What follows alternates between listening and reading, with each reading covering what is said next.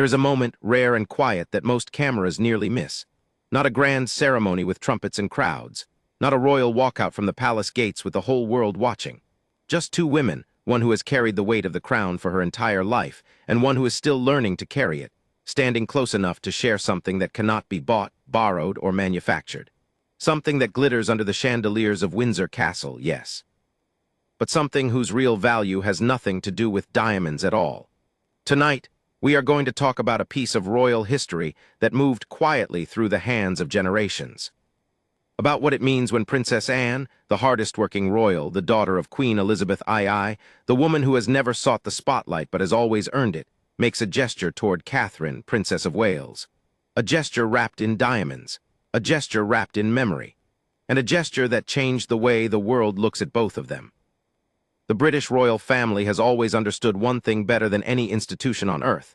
That objects carry stories. A brooch is never just a brooch. A tiara is never just a tiara. Every piece of jewelry that moves through the hands of the royal family carries with it a conversation between the living and the dead, between the past and the present, between who the crown was and who it is becoming. And when Princess Anne made a remarkable gesture honoring Catherine, Princess of Wales, the whole world paid attention. Because the woman making the gesture was Anne. And if you know anything about Princess Anne, you know that when she decides to do something meaningful, it is never by accident. To understand why this moment mattered so deeply, you have to start at the beginning. You have to start with Queen Elizabeth II. Queen Elizabeth II reigned for 70 years. 70 years of state banquets and Commonwealth tour and coronations and funerals. 70 years of standing at the center of an institution that demanded everything from her and showed gratitude quietly, in whispers. Through all of it, she wore her jewelry not as decoration, but as communication. Every tiara, every brooch, every necklace was chosen with deliberate care. They were her vocabulary, a language of history and loyalty and love that she spoke without ever opening her mouth. Her collection, which spans 142 officially catalogued pieces of royal jewelry, represented not just personal taste, but the accumulated memory of a monarchy that stretches back centuries. When she wore a piece from Queen Mary, she was reaching backward through time. When she passed a piece forward to a daughter-in-law or a granddaughter, she was reaching forward into a future she would not see. Princess Anne grew up watching her mother do this. She watched Queen Elizabeth choose each piece with intention. She watched how a tiara on the right occasion could steady a room, could signal to the world that the monarchy was present, solid, unshaken. And somewhere along the way, Anne absorbed that language completely. She did not just inherit jewelry from her mother. She inherited the understanding of what jewelry means inside a royal family.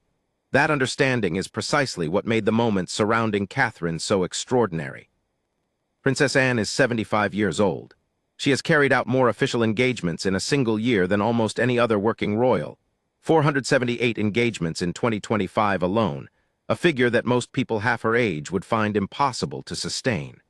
She is the only daughter of Queen Elizabeth II and Prince Philip, the only sister of King Charles III. She has served the crown without pause, without complaint, and without seeking credit for decades. Royal watchers have long described her as the backbone of the monarchy, the one who shows up, does the work, and never makes it about herself. She is direct where others are diplomatic. She is practical where others are performative. And she is deeply, privately loyal to the people and the institution she loves. Her relationship with jewelry reflects all of this. Unlike some members of the royal family who cycle through new pieces for every occasion, Anne has worn the same beloved tiaras for 50 years. Her festoon tiara, a stunning diamond headpiece that her parents first gave her on her 18th birthday, has been photographed on her head at events across 5 decades. She wears it not because it is fashionable, but because it is hers, because it carries memory, because it connects her to her parents and to the life she has built. The meander tiara, crafted with a diamond-encrusted Greek key design, was worn by Anne going back to the 1960s, before her own wedding day. Her grandmother's aquamarine pineflower tiara, which was temporarily removed from public display at the Victoria and Albert Museum so that Anne could wear it to a state banquet, tells its own story of a woman so devoted to family legacy that she will do whatever it takes to keep that legacy present and visible. These are not just accessories. For Anne, they are a form of remembrance. Queen Mary's fringe tiara carries, perhaps the most profound story in the entire royal collection. Originally made as a necklace and given to Queen Mary by Queen Victoria, it was transformed into a tiara and worn by Queen Mary on occasions of great significance. Queen Elizabeth II wore it on her own wedding day in 1947, making it one of the most photographed royal headpieces in history. And in a gesture of profound personal connection, Queen Elizabeth loaned that same tiara to her daughter Princess Anne for Anne's wedding to Captain Mark Phillips in 1973. Years later, the tiara made the same journey again, this time to Princess Beatrice for her wedding in 2020. That is what royal jewelry does at its most powerful. It links generations together, makes the past physically present at the moments that matter most. Catherine, Princess of Wales, came into the royal family as an outsider in the truest sense. She was not born into it. She did not grow up surrounded by tiaras and state banquets and the particular weight of monarchy. She came from a family that was comfortable, yes, but entirely ordinary by the standards of the institution she was marrying into. And for a long time, royal watchers watched to see how she would navigate it, whether she would find her footing, whether she would earn the trust of the senior royals who had spent their entire lives inside a world she was only just entering.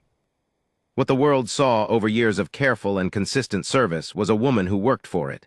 Catherine did not simply arrive and expect to be accepted. She studied, she watched. She learned the language of the institution, including the jewelry language, with the seriousness of someone who understood what it meant to be trusted with it. When she wore Queen Elizabeth's four-strand diamond and pearl choker to the Commonwealth Day service in 2025, she wore it not as a fashion statement, but as a tribute. When she appeared at state banquets in Queen Mary's Lover's Knot tiara, a piece that had been worn by Princess Diana and carried the emotional weight of that entire complicated chapter of royal history, she did so knowing exactly what she was carrying. Her choices were never accidental. They were always, quietly, deeply intentional. 2024 had been the hardest year of Catherine's public life. In March of that year, she announced that she had been diagnosed with cancer. The nation held its breath. For months, she stepped back from royal duties to focus on her treatment, and the palace, already stretched by King Charles's own cancer diagnosis, was navigating a period of profound uncertainty. The princess who had become one of the most visible and beloved members of the royal family simply disappeared from public view, and the gap she left was felt everywhere. She came back slowly. In September 2024, she announced that she had completed chemotherapy. In January 2025, she confirmed she was in remission, and then, with characteristic quiet determination, she began to rebuild. Her return to public life in 2025 was not triumphant in the showy sense. There were no grand announcements, no dramatic appearances. There was just Catherine showing up again, doing the work, resuming her place beside Prince William at engagements that mattered. Royal commentator Richard Fitzwilliams described her as the key for the royal family going into 2026, noting that her return was not just personally significant but institutionally critical. She holds a 74% positive approval rating from the British public, the second highest of any senior royal, just behind Prince William himself. It was in this context, Catherine returning, the monarchy stabilizing, the royal family finding its footing after two simultaneous health crises, that Princess Anne's gesture took on its full meaning. The British royal family has hosted an unusually busy calendar of state visits in recent years.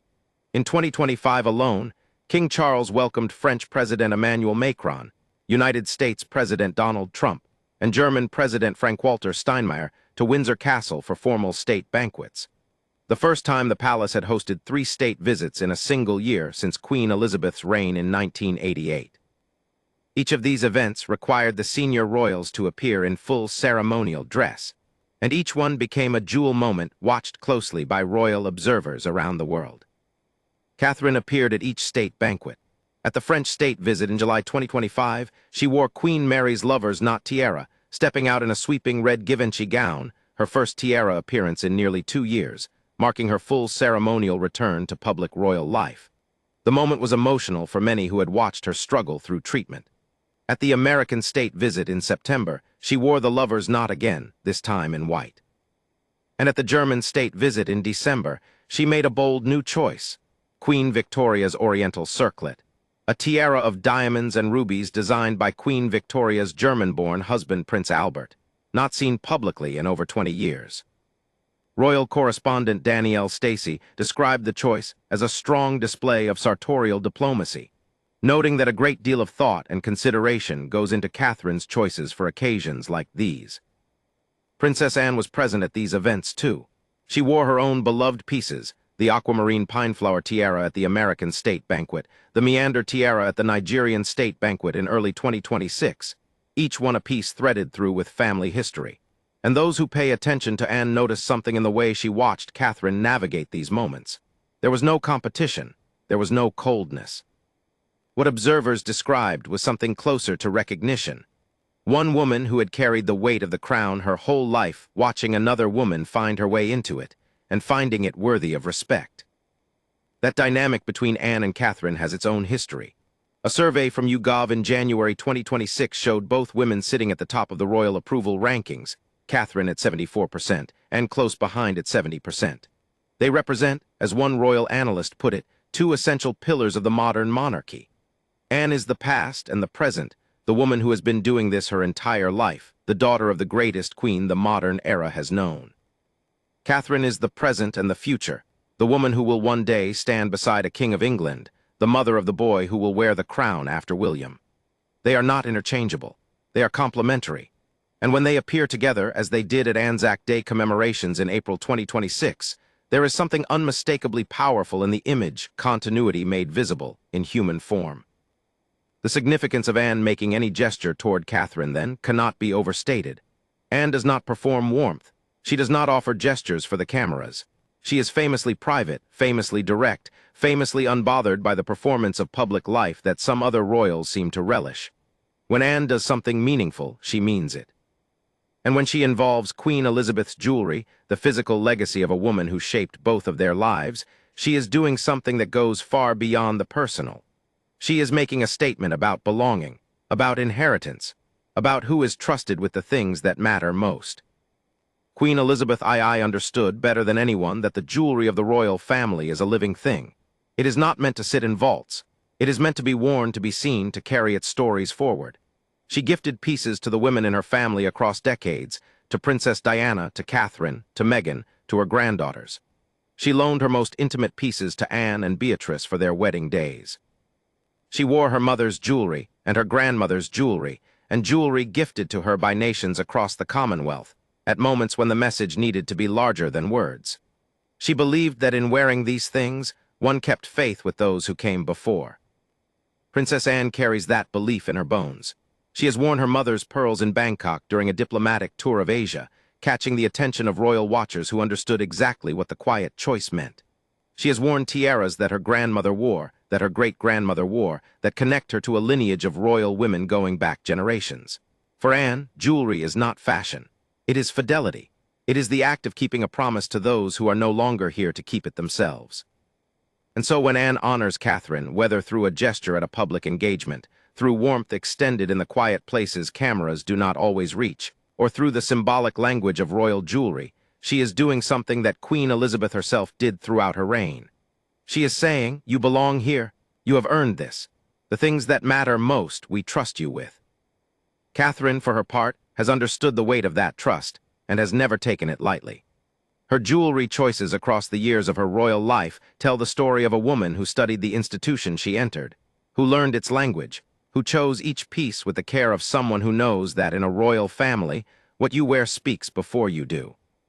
She has honored Queen Mary and Queen Elizabeth and Princess Diana through the pieces she has chosen to carry.